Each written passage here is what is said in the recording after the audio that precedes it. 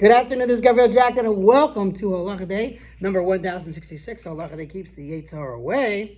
We are continuing with the rules concerning the blessing said before enjoying food, drinks, and fragrances. And here we go, very interesting halacha. If unwittingly you took food into your mouth without having said the blessing, observe the following rules. If it is something that even when ejected would not become unappetizing, it should be ejected into your hand, and a blessing should be said over it. Perhaps an apple after just taking one bite, not so bad. The blessing should not be said while the food is still in your mouth, for it is written, "Let my mouth be filled with your praise."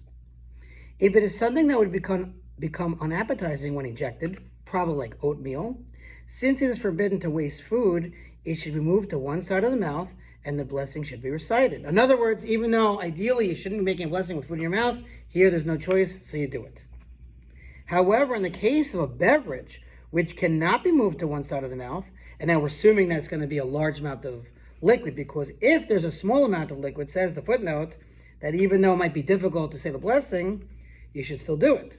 But if it's a large amount, where certainly it's going to be impossible to say the blessing with a large amount of liquid in your mouth, right? If more of the beverage is available, it should be ejected and allowed to go to waste. So spit it out. That's how important it is to make a blessing. If there is no other beverage and you urgently need the little that you have in your mouth, you should swallow it and then say the pre-blessing. Since you reminded yourself while the food was still in your mouth, it may be considered to a certain extent as though you had said the blessing before partaking of the food. But the after blessing should not be recited.